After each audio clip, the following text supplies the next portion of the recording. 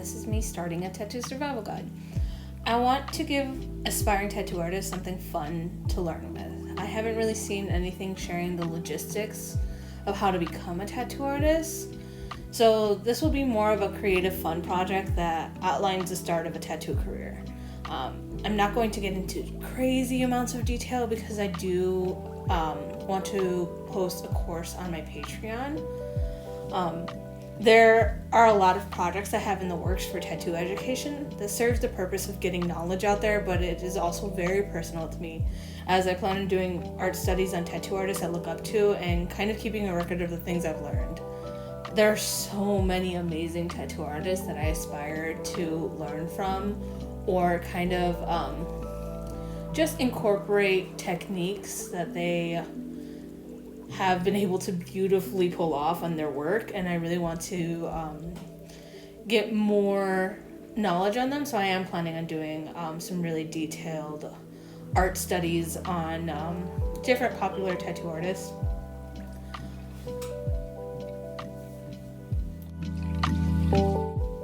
So I'm hoping this will serve as a record of the things that I've learned and a little bit of the do's and don'ts of tattooing, kind of from my own personal trial and error. So basically I'm kind of doing a bullet journal, but for tattoos. So for the opening page, I really wanted to go with more traditional style. I literally always gravitate towards scorpions and snakes. I don't know, maybe it's because of my narcissistic tendencies, but I am a Slytherin, and I was born in November, so definitely a Scorpio. So I literally have so many snake and scorpion tattoos as well. It's just what I like, so I always draw them or literally get them tattooed on me. I also find so much inspiration in women, and I just love when women do basically anything.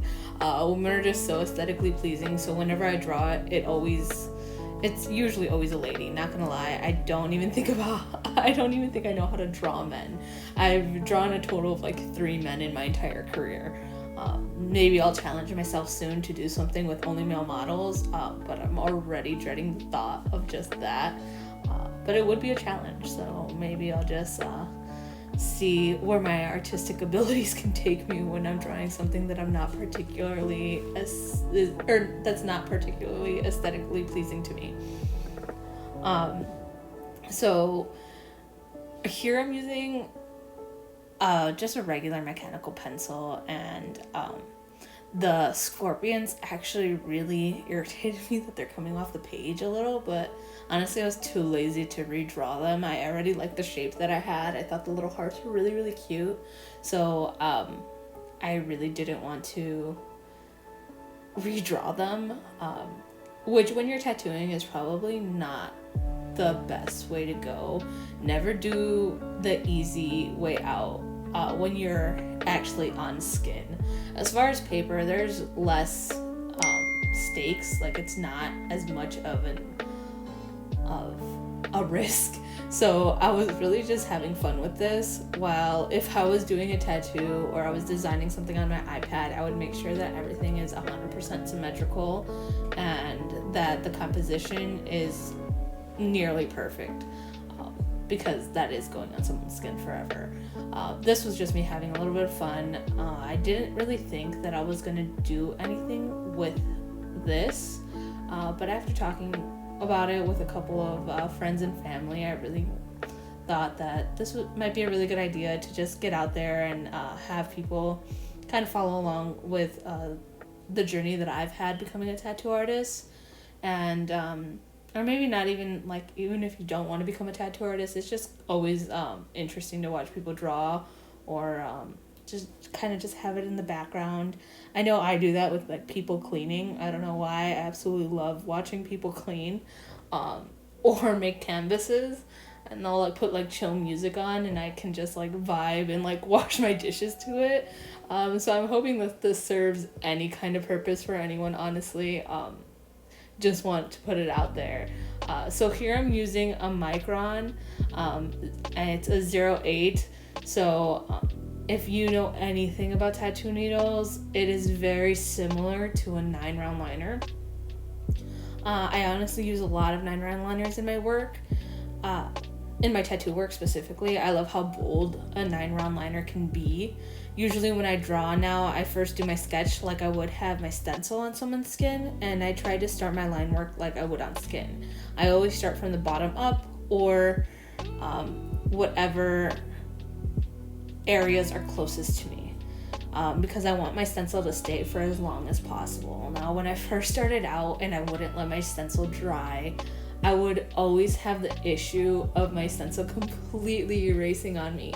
But one that really tested my artistic abilities, because then I had to sit there and freehand a tattoo on someone's skin. But it's also given me the confidence in being able to do that. So when my stencil starts to get a little bit lighter, I'm not freaking out about it, because I know to just go in and accomplish what I need to, and just having trust in my abilities.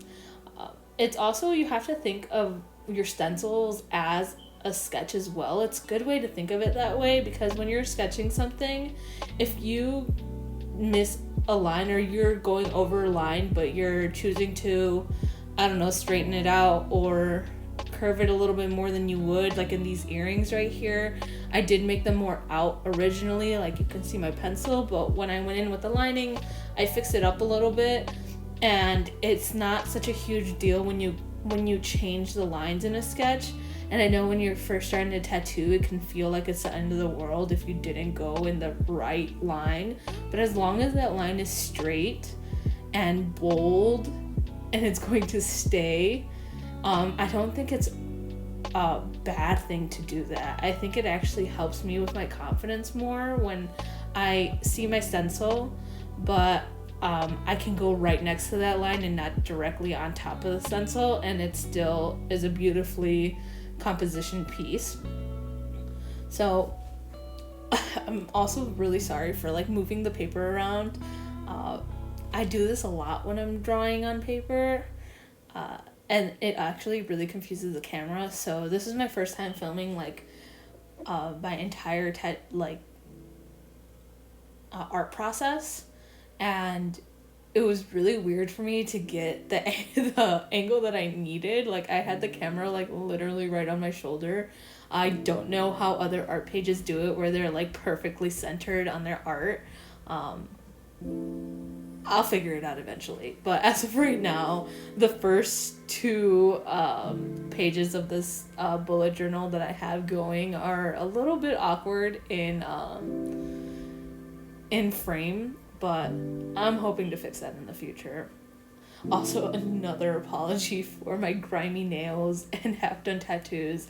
Every single time I do my finger tattoos, they literally just fall off.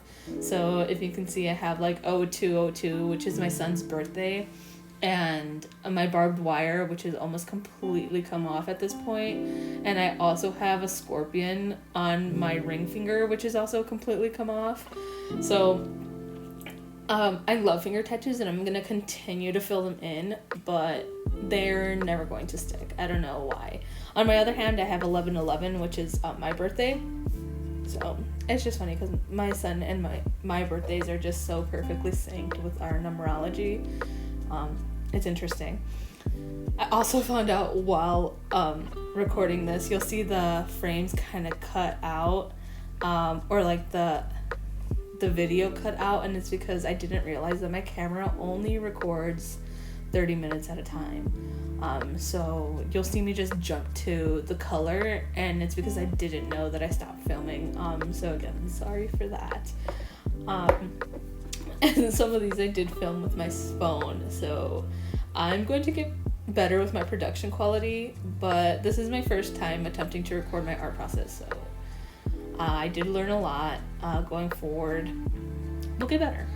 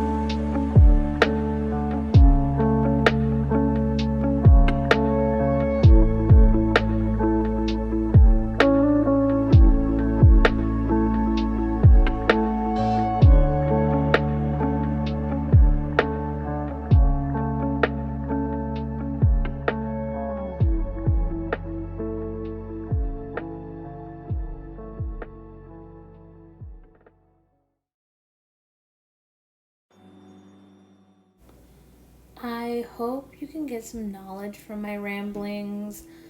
I know this isn't like super informational, just because it is the opening page, so I don't actually have any tattoo knowledge written on this page, but I am hoping that from uh, what I'm narrating, you can pick up some tattoo info. So I was originally wanting this piece to be American traditional, but as I started coloring it in with my markers, I realized that I can't work with that limited palette, so it did end up looking more neo-traditional, which I'm not mad about. I absolutely love neo-traditional. It is the style that I'm trying to gravitate more towards with my actual tattoo work. But with American traditional, it is a very strict palette and it has very strict rules. So the palette is blue, green, red, and yellow. And I love color though, and it's something I'm trying to get better grasp on with my tattoos, because my contrast when I am starting to color with my tattoos, I mean, on paper, my color contrast is fine, but when you're tattooing, you do have to account with people's undertones and having to balance that with the colors of your tattoo, which has been quite a process for me because I'm someone who's very against telling any person that they can't get something because of their skin color. So it's been like a life mission for me to be able to get color to look bold and bright on all skin types and all skin colors. And that comes with having to account with undertones. So my color work is starting to improve with my tattoos, and I'm hoping that just by practicing more and more on paper and on skin that I'll get to a point where I'm satisfied with my work. But again, as an artist, when are we ever really satisfied with our work? I think I'm my biggest critic. But if I wasn't, my ego would get in the way and I just wouldn't improve. And I feel like with tattooing, people's egos can get very large.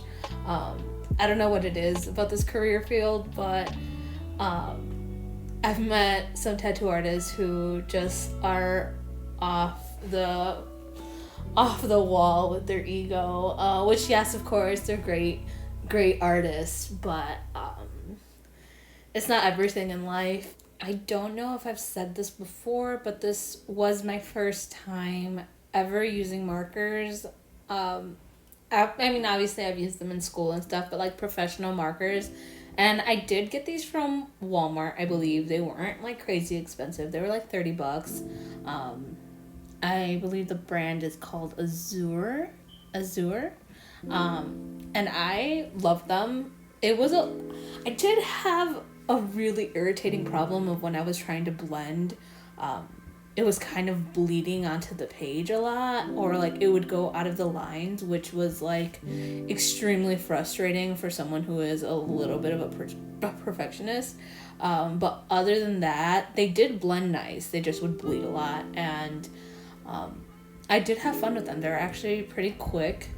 I mean, the entire process of this actually took about like 6 hours, but as far as like art utensils that you could use, or art tools that you can use, markers pretty quick.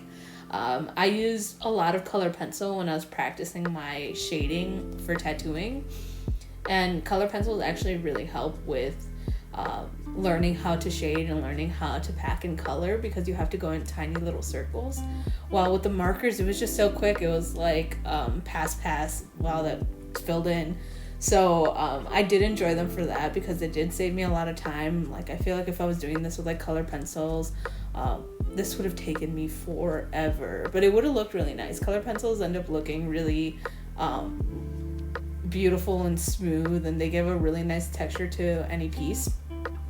And again, you can really use color pencils to practice your color packing with tattoos. It translates really well to skin because you have to do these little circles, and when you're filling in with a mag, which is a magnum, which is kind of like a flat, pointy, stabby paintbrush.